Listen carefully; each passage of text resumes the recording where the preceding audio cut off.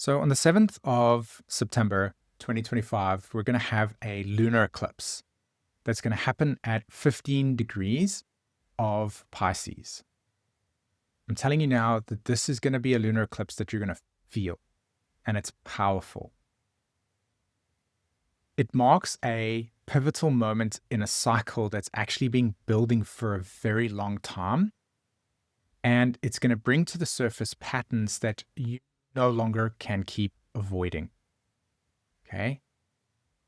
Why it's so powerful is because it's going to be pulling up from beneath the surface all of the necessary awareness that you need to be able to begin building a life that you feel is aligned with your truth. So it's going to show you, what have you outgrown and what are you ready to embrace? So this lunar eclipse comes with two questions. The first one is, what is going to be consciously coming up for you? And how are you going to be responding to the challenge of this lunar eclipse? Can you integrate it consciously? So that's what I want to do today. I want to try and help us understand what this lunar eclipse is about, what's the challenge, and how you can engage in this lunar eclipse pattern with the purpose to not destabilize you, but to actually strengthen your relationship to the desires that you actually want within your life. So let's get into it. Okay, so let's take a look at the lunar eclipse chart. And we've got our color-coded icons. If you take a look at the green icon, you'll see that that's where the moon is, along with the North Node and Saturn and Neptune. And that's why I said we're going to really feel this lunar eclipse, because that moon is right on top of those planets.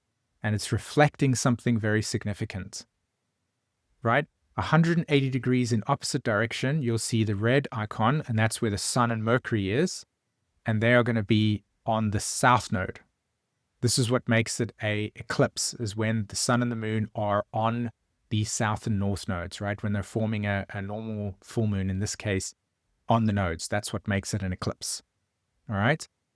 Then you have the green button, the blue button, and that is where Mars is in the chart, all right? Mars is very significant in this whole entire lunar eclipse energy. And then finally, we've got the black indicating icon, and that's right where Jupiter is there at 19 degrees of Cancer. Okay. So to me, this is the major points of this chart. And of course, one position that I want you to also notice is Chiron. Chiron is sitting there at 26 degrees of Aries. Okay. Now, I haven't highlighted it, but it is part of a T-square. Okay. With Jupiter, Chiron, and Mars in the chart. And I will talk about it later, but that's a very significant aspect in this chart that's driving a very strong evolutionary pattern. So let's take a look at the Virgo-Pisces axis first. All right, let's understand what this is. So that's the Virgo-Pisces axis between green and red, between the Sun and the Moon, the North Node and the South Node. This is the Virgo-Pisces axis. So if we go to our insights page, you'll see here that this eclipse lights up the Virgo-Pisces axis, which speaks to the balance between order and flow, control and surrender, doing and being. Right? That's our standard kind of understanding of the Virgo-Pisces axis. And it's bringing this into attention for us, okay? So Virgo shows us where we've built routines, identities, and coping mechanisms, often out of survival or conditioning. Very important, often out of survival or conditioning. The Pisces dissolves those constructs when they are no longer serving us. So I'm going to break this down, right? This Virgo-Pisces axis is the dynamic between how we have formed a relationship to our environment growing up and how our lives have been shaped by the order, by the societal structure, by the order of your day, your behaviorisms. All of these subtle little patterns stack on top of each other. And over a period of time, we form behaviorisms, patterns of being, truths, myths about our lives, and we just keep playing these patterns out. And then every so often we get an evolutionary pattern like this that says, hey, have you taken a look at how this stack of patterns within your life have been put together, right? Are any of these patterns out of order? Are they displaced? Are there any patterns that you haven't addressed or you haven't been able to fully make sense of? Us as human beings, we carry these patterns within us, and they often reflect and reveal how we navigate our lives. And if they're stacked in ways that are unstable or haven't been integrated properly, like for instance, trauma experiences, hurts, past pains, patterns of rejection, where we've lost out on things, and we haven't fully kind of made peace with those experiences, they start to become like spaghetti in our ordering structure, okay? And then that's where we start to experience dysfunction. That's where we start to experience challenges, triggers, and emotional issues, etc. So this pattern is, this Virgo-Pisces axis is revealing to the surface where there are certain things that we might have adopted growing up, certain coping mechanisms or patterns of behavior that we just assimilated or took on, right? Or truths that we took on that we want to break, but we can't seem to get to the core reason as to why this is with us, right? We haven't maybe confronted an internalized message that says, you know, you are not worthy, as an example. So you're trying to do something within your life, but you keep hitting this pattern that subconsciously keeps saying, well, you don't actually believe in yourself. That's what this lunar eclipse is bringing to the surface. And this Virgo-Pisces axis is showing us what we have become aware of already, what we're ready to outgrow, and what we actually have outgrown. So that's what I mean when I say that this is revealing the patterns, the build routines, the identities, the coping mechanisms. So it doesn't always ask permission. So that's true. This lunar eclipse is not going to ask permission. It just, these patterns just seep through the cracks, revealing what's brittle. Meaning that this lunar eclipse is going to be very clinical in exposing the subtle frameworks of where there are like disempowered patterns within yourself. Okay? This is what this axis is going to be doing. And it's here for us to clear it out, to let it go, to move beyond, to grow beyond it. So from an evolutionary astrology perspective, right, this, if we think about it from an EA perspective, this eclipse is not just revealing the imbalances, right, the spaghettiness, it's inviting growth through surrender, right? This isn't passive, it's being deeply courageous. So the North Node that's sitting on Pisces is asking, and it's an invitation to come into these parts of ourselves and say, hey, this is what I carry, this is what I no longer want to carry, and I'm ready to accept that these are the patterns that I want to outgrow. These are the patterns that I'm ready to challenge and stop giving power to, right?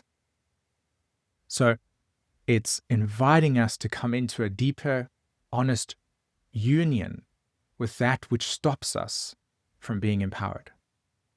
And remember, this is part of the new moon in Virgo energy as well. If you haven't watched that video, I highly encourage you to go watch that one as well, because I'm continuing on from that message. Okay, let's move on. Let's take a look at the next pattern in the chart, which is Sun, Mercury, and South Node. Okay, and it's a karmic closure point.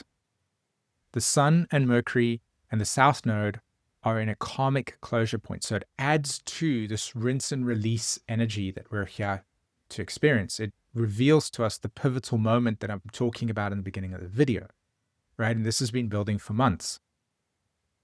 Let's go to the chart and I'll show you exactly where that is. It's the red icon. There's Mercury, there's the Sun, there's the South Node. Okay. Now, if you can see, Mercury, the Sun, and the South Node, Mercury and the Sun are behind the South Node. They're behind it. If the South Node's at 18, the Sun and Mercury are at 15. So this creates something really interesting that I want to break down for us, okay? We go to insight number 2. The Sun and Mercury are tightly conjunct the South Node in Virgo in a balsamic phase. They're in a balsamic phase, meaning that this is about completion, release, and eventual integration. So let's see. if I can break this balsamic phase energy for those of you that are not familiar with evolutionary astrology. So I'm going to continue to go here and I'll break this down. Mercury, as the ruler of the South Node, emphasizes the themes of mental loops. Okay, so where we carry these mental loops of information and thoughts and ideas that you might have adopted from what your parents thought. And for the most of the time, we run these subconscious patterns within ourselves. It's just data that we carry with us that we don't even realize sometimes doesn't even belong to us, right? It belongs to a message that we've inherited that we just have taken for granted sometimes, and it gets in our way. So it's emphasizing where these mental loops, overanalysis, we can even go into self-criticism. This is not perfect. I'm not perfect. I'm not good enough. I'm not ready enough to grow. I can't believe in myself. That's not something that I can get, or I can do, etc. It can also act as a hyper-functioning way of avoiding emotional presence. So the Mercury loops, this Mercury here on the South Node, brings us into a pattern of, okay, there are certain messages that we carry that are not healthy for us, and we need to confront them and ask the question, is this actually true? Are these patterns of thinking objectively true? Right? That's the first thing. The second thing is that if we spend a great deal of time in theory, right, in the analytical process, we also disconnect emotionally from what we might feel. So part of this Mercury energy is revealing to us where an overanalysis of our lives can lead also to emotional disassociation or emotional dislocation. It's easier to intellectualize and to theorize something than it is to feel what's there for us. This Mercury in Virgo is an invitation to start identifying what we feel rather than what we think about something. Okay? So this is a closure point of a karmic cycle of thought, right? Patterns of perfectionism or self-fixation now may feel hollow. I want to break that down a little bit over here, but I just want to point out this is a closure point for a karmic cycle of thought. So balsamic phase energy means closing. Okay? It's like the end of a chapter. It's the end of a book, the last page, and it's closing up something. We've already lived the entire experience. Now we're right at that closure point where we're deciding it's now time to move on from this pattern. Okay, so it's very clear in the chart. And again, it has to do with mental loops of self-doubt, mental loops that are inherited, and where we might fixate on intellectualizing things rather than labeling what we might feel about an experience, or about a situation, about past experiences. Okay? Now, the EA frame here is this. This is karmic exhaustion. Oftentimes when we get to balsamic phase energy, we feel exhausted about things because we've arrived at a point of like, I'm done with this. I need to move on. So don't be surprised if you feel some of that energy during this eclipse. Okay.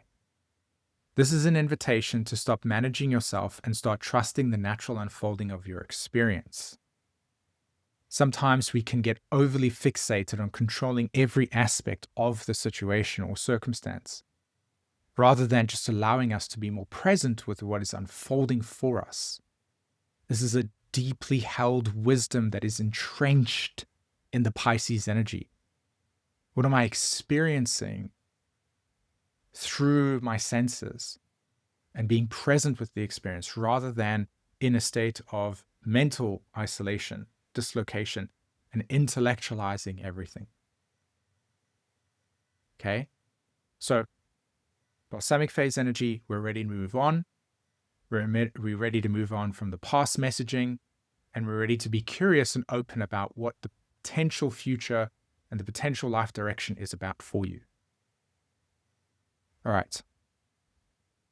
Let's move over to the North Node in Pisces, right? This is conjunct Saturn, and this is the emotional container, right? And also how we surrender to this point in our lives right now. And what is the point in our lives right now? The culmination, the end point of patterns within ourselves that we no longer want to carry going forward. Okay? So the moon in Pisces is widely conjunct Saturn, setting the tone for emotional responsibility and inner reflection. In our culture, especially Western culture, we see Saturn as limitation, as discipline, as hard work, and all of these labels that are about exerting some form of like external hustle to get to a place of success or domination. It is further from the truth. It is completely warped. It's complex. Saturn is a deeply nurturing energy that doesn't allow you to go and grow beyond your life circumstances unless you are ready to emotionally deal with it in a mature way.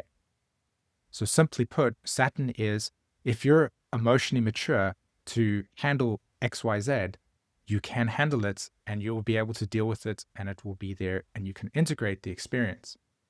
If you're not emotionally mature to handle the stress of situations or circumstances that bring your way, you will deflect the energy, you will not take responsibility for your own engagement in it, and you will blame the external environment because the psyche is not ready to carry the level of emotional intensity and maturation that is required to hold what is your own. Saturn is about emotional growth, right? It's about showing up each day and trying to push yourself slightly more than what you did yesterday in what are the challenges that you might face within your life on an emotional level. It rewards you by having a sense of authority because you have emotionally grown through something and you're stronger for it. You're more capable of holding something and dealing with the challenges and the stresses that come with life. We interpret that as limitations because we idealize something within our lives that we don't seem to get. And when we don't get it, we feel the limitation. And Saturn's just saying, hey, there's more to grow. You can't just get it just because you idealize it. It's not how things work. So when you take this moon conjunct Saturn energy over here, when I talk about emotional responsibility, I'm like, each and every one of us has an emotional responsibility to look at what needs to be challenged within yourself in order for you to move forward into a way of living that is honest and more authentic for you. It's not going to be handed to you. The inner reflection, the moon, is the ability to look at yourself inward and see what pattern is still stuck within you that is stopping you from aligning with the way you want to live your life. Every single one of us has aspirations, dreams, things that you want to align with, that you want to experience. For the most part, that's been dampened or limited or thwarted due to life circumstances and experiences. Well, this is an opportunity to begin addressing where we still carry that message that says it's not possible. So, natural consequences of Moon Saturn conjunction is like grief or fatigue may naturally arise. And it's not always from the current circumstances, but from old emotional content finally surfacing. That's why I said it's so important with this Mercury-Sun conjunction in a balsamic phase. You have to understand that this energy is about emotional awareness that allows you to see where these patterns are holding you back. So natural fatigue shows up because you might realize you're carrying an identity within yourself that no longer belongs to you or doesn't feel right? That you've outgrown. The same thing with the grief. The grief is the acceptance of the ideal that has broken. Maybe you wanted this, but that's not how it landed up. Either way, this deep inner reflection and stillness that the Saturn moon demands is actually guiding us to an even clearer state of intent. What is your intent with where you're going with your life? Saturn, direction. What are the choices you're making every single day? Saturn. Are you taking responsibility for those choices and seeing how those choices are being formed from deeper subconscious patterns? And if those subconscious patterns are in a spaghetti state, then the expectation for what comes out on the surface is going to be directly reflective of that. That's why this moon is so powerful, because it literally reveals the code that we carry within us that stops you from being able to take on the things that you want to take on within life. And the opportunity's here. Nobody's forcing us to take it though, but it will reveal it. Okay. Pisces wants us to feel it all. Saturn asks for the maturity in how we hold it. So don't be surprised during this time for a lot of projection, right? Okay, so EA key framing here is emotional maturity doesn't mean suppressing, right? Because we're afraid of it, we're fearing it.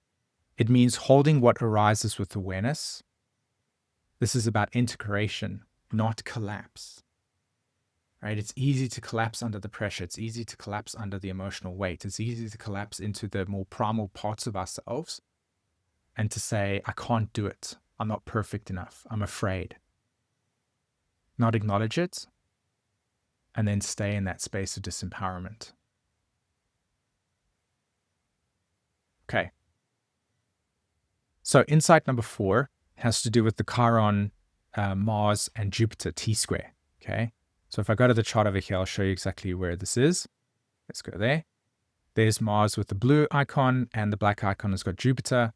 And then Chiron is sitting there at 26 degrees of Aries at the 8 o'clock position on the chart. That T-square is, think of it as the subtle little driver beneath the surface of these 3 layers. So you've got the new moon, the full moon itself, you've got that layer of the Virgo-Pisces axis, then you've got the Saturn conjunction with the moon, you've got the Mercury-Sun conjunction, and then you've got this pattern just beneath it that's also influencing this whole entire energy. And the way that it's influencing it is just like this. Any cardinal patterns, so Aries, Libra, Cancer, now for Capricorn, those are cardinal signs. Whenever you've got cardinal patterns, you're dealing with change. Right? We're dealing with new choices under old circumstances that allows us to emotionally connect with new experiences and let go of the old. Right? We let go of the old by saying, I'm no longer putting my attention there and showing up there. I'm putting my attention here and showing up here. This new moon is guiding you to be able to see how to make those decisions in the place that you want to show up in rather than the place that you don't. That's what this T-square is about. It's just simply choice making.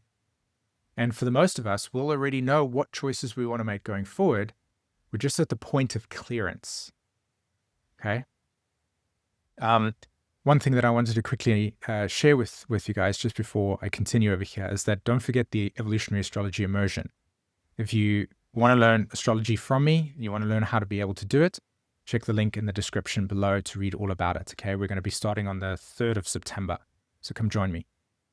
Okay, so this T-square, as I said, changing the patterns, right? Cardinal T-square marks a breaking point and then a breakthrough. So along with this whole entire pattern, we're getting a breakthrough and we're getting a breakdown, breaking point moment, and then a breakthrough moment. Okay, it's a shift. That's what it feels like in the body. It's like a tectonic shift. So Aries, Chiron in Aries reflects the old wounds rooted in the loss of autonomy, where the past conditioning has silenced the self. Oh. Can you just feel that for a moment? How much of that autonomy, of that agency, that capacity to just step into the true version of yourself and take advantage of the direction you want to lead with. Chiron in Aries is invigorating. It's showing us what needs to grow within us. Are you ready to take that? Jupiter in Cancer illuminates the emotional blocks that are behind what stops you from taking that agency. Okay, it reveals the surfacing belief systems that have shaped you, especially through fears, insecurities, emotional neglect, all the things that come with the human condition that's been messy for us, just revealing it to the surface and saying, hey, here's how your compass has been set. This is how it's been directing your life. Are you ready to readjust that compass and focus that way? Right? The direction you want to go. And then the Mars in Libra just seeks to rebalance that energy, right? It activates the will to act differently, new choices.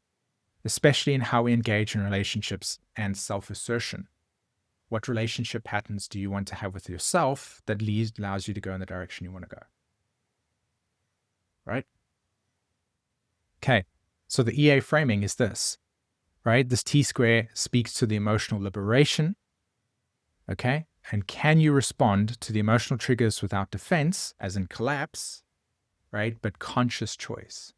Oh, this is where that deeper emotional Saturn maturing reflection needs to take place. This is what I need to forgive within myself. This is what I need to understand and accept about life, and how I'm ready to change that pattern and not believe in the stories I needed to tell myself at the point when it was happening. Okay, so let's move along. Let's take a look at the message that I think is how we synthesize this, how we integrate everything into a nice little way, a nice little package for us to take and to empower ourselves. So what is the eclipse asking you? Okay. The eclipse does not ask for more effort. It's not asking for more effort, right? I got to do more, got to do more. Not perfect yet. I'm not ready yet. It's Virgo energy. It asks for surrender, right? It's an energy for the next 6 months that asks us to collapse into, no, actually, I changed that. Come into alignment of acceptance of what needs to change and how we're going to go about eliciting that change. Okay? It's not, like I said, it's not about the kind of collapse, the kind that recognizes the limits of control. So what I'm really trying to say here is that the more that you surrender into what is stopping you from growing and allowing that pattern to come to the surface, the more you can engage it with actionable conscious steps to say, yeah, this is no longer the choice I want to continue to keep making and investing in those patterns. It's asking you to stop fixing yourself. Virgo, everything's wrong. It's not perfect. I should be better. I should be this, etc. It's about starting to feel what's true beneath the noise. Let go of the loop that says you'll feel safe once everything is perfect. Let go of the idea that peace must be earned, etc. Right? This is a classic Virgo thing. I've got to do all these 3,000 million things before I'm ready. It's not about that. It's about dropping into what is present and held in the body. This is the moment of soul reordering. Soul reordering, right? Conscious emotional reordering.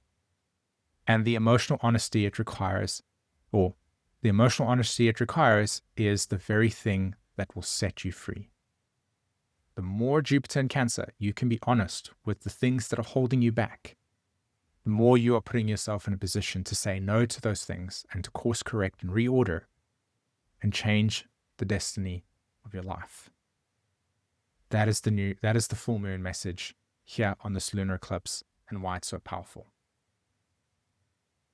Tell me what's happening in your guys' life, right? Let me know in the comments section. I'd love to hear what it is that's taking place for you, what's changing for you. And as always, peeps, thanks very much for listening. I really hope that this landed in a deep way. Don't forget the Evolutionary Astrology immersion, links in the description, and I'll see you in the next video. Bye.